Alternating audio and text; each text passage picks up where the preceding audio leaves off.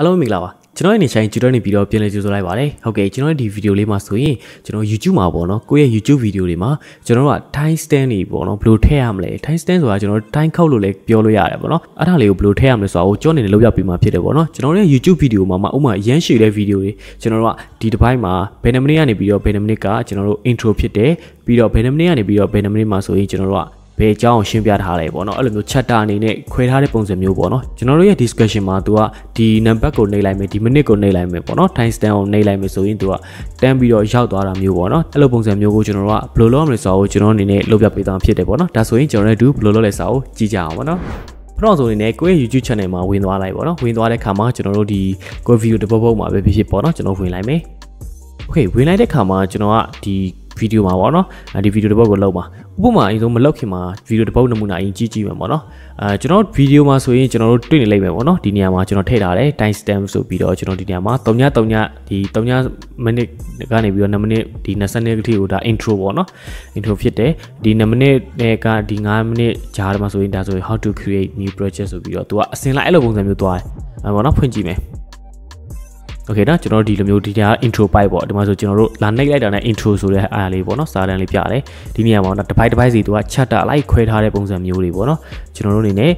ကဲဒီနေရာမှာတိတယ်ပေါ့နော်ဖြစ်ဆိုလေးလာတဲ့သူအနေနဲ့ဆိုရင်သူကတိသွားရတယ်ပေါ့နော်ဘယ်နေရာမှာဆိုရင်ဘယ်လိုခေါင်းစဉ်မျိုးနဲ့တင်ထားလဲဆိုတာကိုတန်းပြီးတော့နှိပ်သွားရုံပဲပေါ့နော်ဒါမှမဟုတ်သူအနေနဲ့ဒီနံပါတ်မှာပေါ့နော်တခါတည်းပဲ10စက္ကန့်မှာဆိုရင်သူအနေနဲ့ဘယ်လိုမျိုးဗီဒီယိုတွေကိုဖျက်ရမလဲထည့်ရမလဲဆိုတာသိပြီဆိုရင်10စက္ကန့်54ကိုနှိပ်လိုက်တာနဲ့သူကတန်းပြီးတော့ရောက်သွားမှာဖြစ်တယ်ပေါ့နော်ဒါဆိုရင်ဒီကတန်းပြီးတော့ရောက်သွားတာပေါ့ဒါဆိုရင်ဗီဒီယိုဘယ်လိုထည့်ရမလဲဒါမှမဟုတ်သူအနေနဲ့ဘယ်လိုမျိုး layer တွေကိုအသုံးပြုရမလဲဆိုရင်ဒီမှာ28ဆိုတဲ့မိနစ်မှာပေါ့နော်နှိပ်လိုက်တဲ့ခါမှာသူကတော့တန်းရောက်သွားတာပေါ့နော်ဒီမှာအဲ့လိုပုံစံမျိုး chapter လိုက်ကျွန်တော်တို့ကဘယ်လိုခွဲရမလဲဆိုတော့ကျွန်တော်တို့ကြည့်ကြအောင်ပေါ့နော် Okay ဒါဆိုရင်ကျွန်တော်တို့ဒ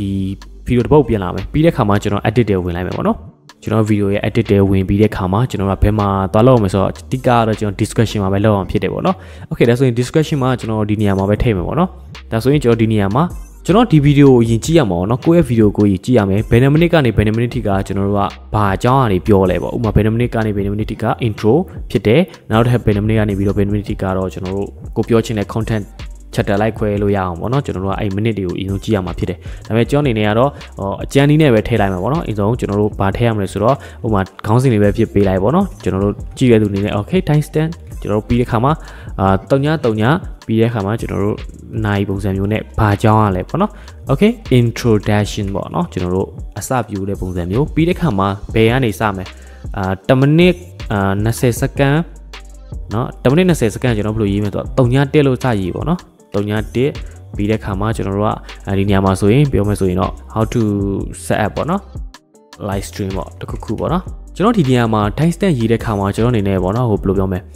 အဓိက keyword လေးတွေရေးရင်ပို့ပြီးတော့ကောင်းတယ်ပေါ့နော် title လေးတွေနဲ့ keyword ရေးရင်ပို့ပြီးတော့အဆင်ပြေတယ်ပေါ့နော်ပို့ပြီးတော့ဒီများရှာတဲ့ခါမှာဆိုလဲကိုယ့်ကိမှာရှာရင်လဲပေါ့နော်ကိုယ့်ရဲ့ဗီဒီယိုနဲ့ဆက်ပြီးတော့လဲတွေ့နိုင်တယ်ပေါ့နော်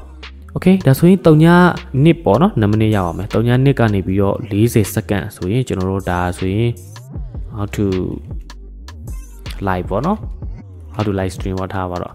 on Facebook ပေါ့နော်ကျွန်တော်ရေးလိုက်မယ်ပြီးတဲ့ခါမှာကျွန်တော်တို့ဗီဒီယိုကတော့7မိနစ်ထိသွားတယ်ပေါ့နော်အဲဆိုရင်ကျွန်တော်က8ပြောင်းလိုက်ပေါ့နော်3ည8ချိုး50ထိပေါ့နော်အဲ့ဒါကကြတော့ဟိုပြောမယ်ဆိုရင်တော့အပိတ်ပေါ့နော်အဲဆိုရင်ကျွန်တော်ထားလိုက်ပါတော့ outro ပေါ့နော်တခု okay ဒါတော့အကျန်းနည်းနဲ့ပေါ့နော်ကျွန်တော်အနေနဲ့လုပ်ပြပေးသွားတာဖြစ်ပေါ့နော်တကယ်ဆိုရင်ကျွန်တော်ပြန်လုပ်တဲ့ခါမှာသူ့ chapter လိုက်ခွဲရမှာဖြစ်တယ်ပေါ့နော်ဒါဆိုရင်ပြီးဆိုတာနဲ့ကျွန်တော်ကဘာလုပ်ရမလဲဆိုရင်တော့ကျွန်တော်က save လုပ်ပေးလိုက်ရမယ်ပေါ့နော်ဒါဆိုရင်ကျွန်တော် save လုပ်လိုက်မယ်ခဏလေးစောက်ပြီပေါ့နော် save ပြီးတာနဲ့ကျွန်တော်ဖွင့်ကြည့်မယ်ဘယ်လိုပုံစံပုံလဲပေါ့နော်ဒါဆိုရင်ကျွန်တော်တို့ဒီမှာပေါ့နော် video ရဲ့ link ကိုနှိပ်လိုက်မယ်နှိပ်လိုက်မယ်ဆိုရင်ကျွန်တော်တို့ဒီမှာကိုယ့်ရဲ့ video မှာပေါ့နော် okay ခဏလေးစောက်ပေးမယ်ဒါဆိုရင်ဒီညမှာပေါ့နော်ကျွန်တော်ဒီ time stamp မှာကျွန်တော်တို့တွေ့ရမှာပေါ့နော်3ညတော့ intro ရှင်းပြမှာပေါ့ပြီးတဲ့ခါမှာ10မိနစ်ကနေ2မိနစ်20စက္ကန့်ထိကိုကျွန်တော်တို့ how to set a live stream ဆိုပြီးတော့ဒီလိုမျိုးပုံစံလေးတွေပေါ့နော်ဒီနေရာမှာဆိုရင်သူခေါင်းစဉ်လေးနဲ့ chapter လိုက်ခွဲထားပေးလိုက်ပြီပေါ့နော်ဒါဆိုရင်ကျွန်တော်တို့က how to live stream သွားမယ်ဆိုရင်ကျွန်တော်တို့ကဒီ2မိနစ်40ကိုနှိပ်လိုက်ခါမှာတန်ပြီးတော့ရောက်သွားဒီနေရာကိုရောက်ချင်တယ်ဆိုကျွန်တော်ကလာနှိပ်စံမလို့ပဲနဲ့ထားပါတော့ဒီနေရာလေးကိုတန်နှိပ်လိုက်ခါမှာတခါလည်းပဲသူ့အနေနဲ့ chapter အလိုက်စီကိုသူကရောက်သွားပေးလိုက်တာပေါ့နော်